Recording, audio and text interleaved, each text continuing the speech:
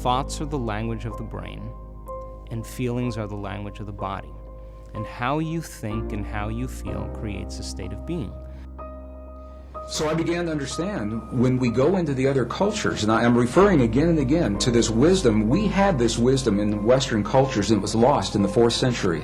About 1700 years ago, it was edited right out of our most cherished spiritual and religious traditions, the biblical edits of the 4th century. It was not edited from the other cultures that we've visited, and that's the value of going into these cultures. And they identify 3 separate yet related experiences that we all have in our bodies, and they literally call them thought, feeling, and emotion.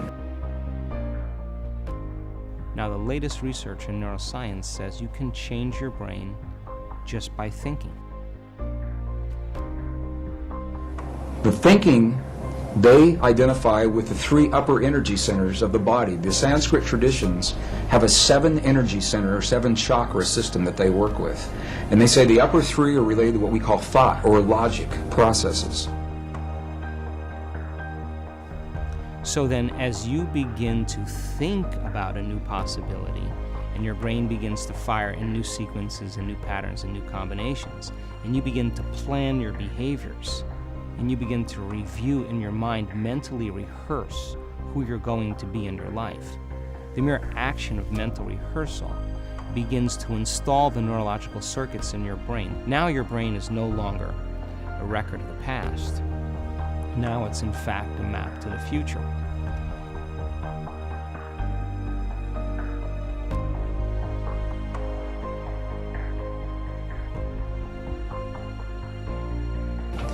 So when we think about something, we picture it in our mind, that perfect relationship or peace between nations. But we can only invite it into our lives when we breathe the power of emotion into that thought.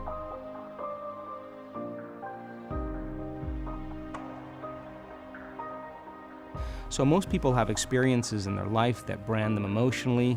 They feel fear, they feel anger, they feel bitterness, they feel frustration, they feel insecurity. And those emotions then become part of their identity. So once they think certain thoughts that turn on certain circuits in their brain that are equal to their insecurity, and then they feel insecure. The moment they feel insecure, they think more insecure thoughts, which makes more chemicals for them to feel insecure. And the repetition of that cycle over time conditions the body to subconsciously become the mind of insecurity.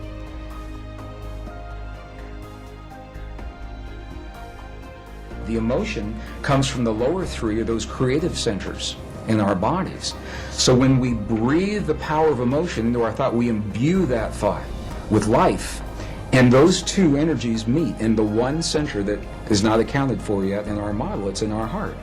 And if you were then to begin to emotionally embrace your future before it's made manifest, in other words, you're not waiting for your healing to feel wholeness.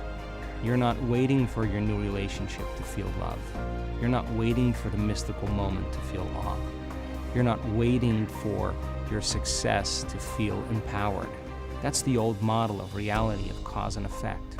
In other words, the materialist, the person who's waiting for their wealth to come to feel abundance, they're living by that model of cause and effect. But the quantum model is about causing an effect, which means you begin to experience your own worthiness and your abundance before it occurs. You have to feel wholeness in order for your healing to occur.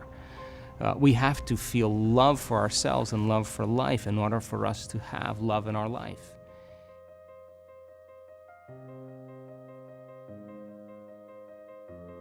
Because that's what it does. Our heart is creating electrical and magnetic waves that are influencing the world around us based on what we think and the emotion that we breathe into those thoughts to create the feeling. So now we've just defined feeling. Feeling, by definition, from the Sanskrit tradition, is the union of thought and emotion. It creates the feeling.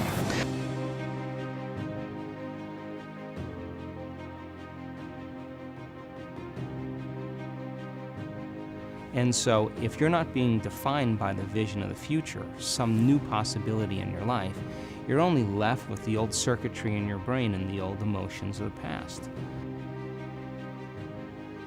But what they say is when we have our thought, we are either breathing the love of that thought or our fear of that thought to create the feeling. And the feeling then becomes sadness or joy or compassion or anger. Those are not emotions, those are feelings.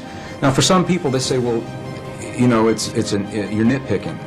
What difference could it make? And these are the subtle differences between these ancient ways of viewing this inner technology. It's literally a technology. Because we can have the same thought or the same affirmation and imbue it with a different emotion and have completely different feelings and create a different outcome. So the process of change in the meditative model requires unlearning and relearning. It requires breaking the habit of the old self and reinventing a new self. What we say in neuroscience, pruning synaptic connections and sprouting new connections. Unfiring and unwiring and refiring and rewiring. Unmemorizing emotions that are stored in the body and then reconditioning the body to a new mind and to a new emotion. No longer signaling the same genes in the same way, but signaling new genes in new ways. Beginning to pull your energy out of the past and beginning to invest your energy into the future. What we're teaching people how to do is not to pray to have their prayers answered, but to get up from their meditations as if their prayers are already answered. Because when they're combining that clear intention of their future with that elevated emotion, they're literally changing their energy, they're changing their brain chemistry, they're changing the way their brain works, they're changing their genetic expression, they're changing their chemistry. They're literally becoming somebody else. And over again, when people do this, it may take them months to turn their disease around. But over and over again, we've seen this. They come back to a certain level of awareness, and the disease is no longer there. And it's almost like the disease existed in the old personality. They're literally someone else. And we've seen it enough times now to know that people reach a certain point with themselves where they feel so whole, they feel so satisfied with who they are, they feel so happy with themselves and their lives that they could care less if they have the disease. And that's the moment it goes away over and over